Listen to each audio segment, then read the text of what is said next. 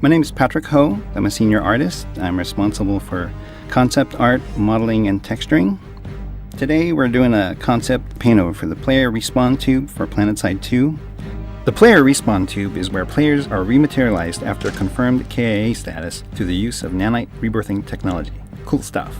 The model for this concept was originally created in Maya 2012, and then I do a paint-over in Photoshop CS3.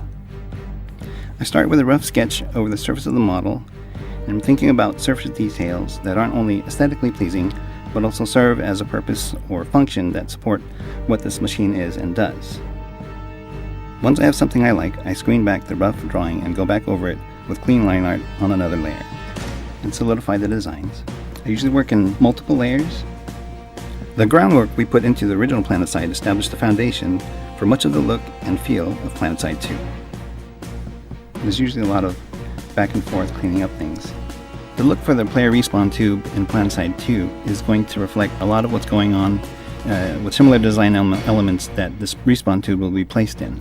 So we're talking about a lot of hard edges and angles and a lot of clean surfaces in this particular example. Once I've gotten a solid line work for the design, I'll begin shading. With the shaded render as a base, I start laying in some stronger shadows and highlight details. I work in multiple layers.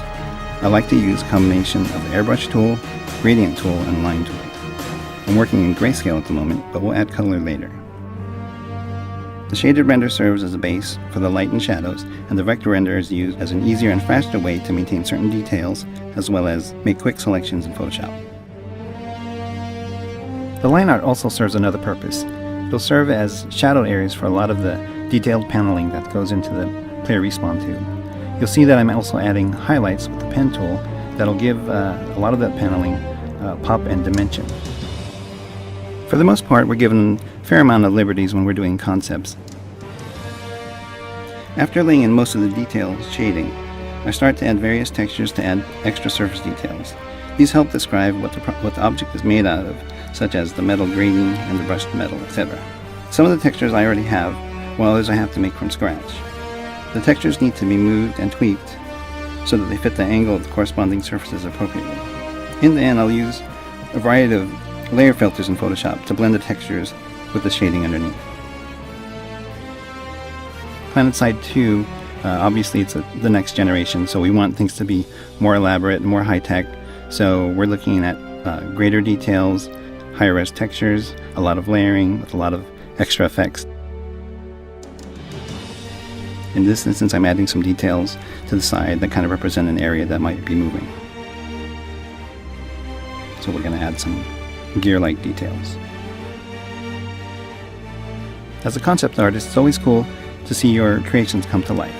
Even seeing something as simple as a small pillar animating up and down is pretty cool. I'm also going to add a grading to the base of the spawn tube where the player is standing. Here I'm trying out different gradients for the shield.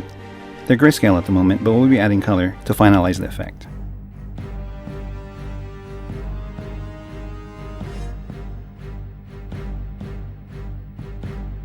Once I'm done with the shading portion, we go over colors, and in this instance we're looking at working with warm and cool colors for the metal and a tertiary color for the energy color, which also represents the player factions.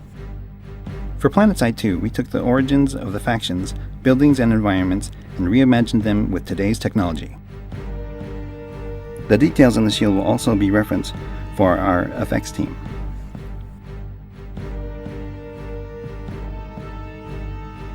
And in this instance, we're going to be adding things like the effects, which means the glow and sort of like the neon that's surrounding a lot of the panels, as well as the shield and its effects.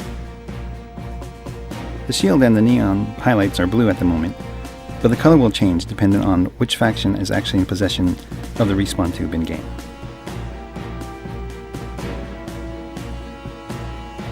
To add finishing touches, I add sharper highlights to the edges and reflected light from the neon and the shield.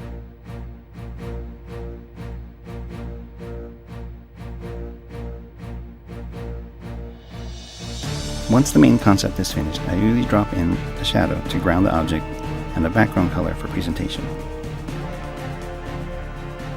And there you have it, the final concept for the player respawn tube for PlanetSide 2. I can't wait for you to see the final result in-game. For PlanetSide 2 and Sony Online Entertainment, this has been Senior Artist Patrick Ho. Thanks for watching. Also, for more information, check out planetside2.com. Sony.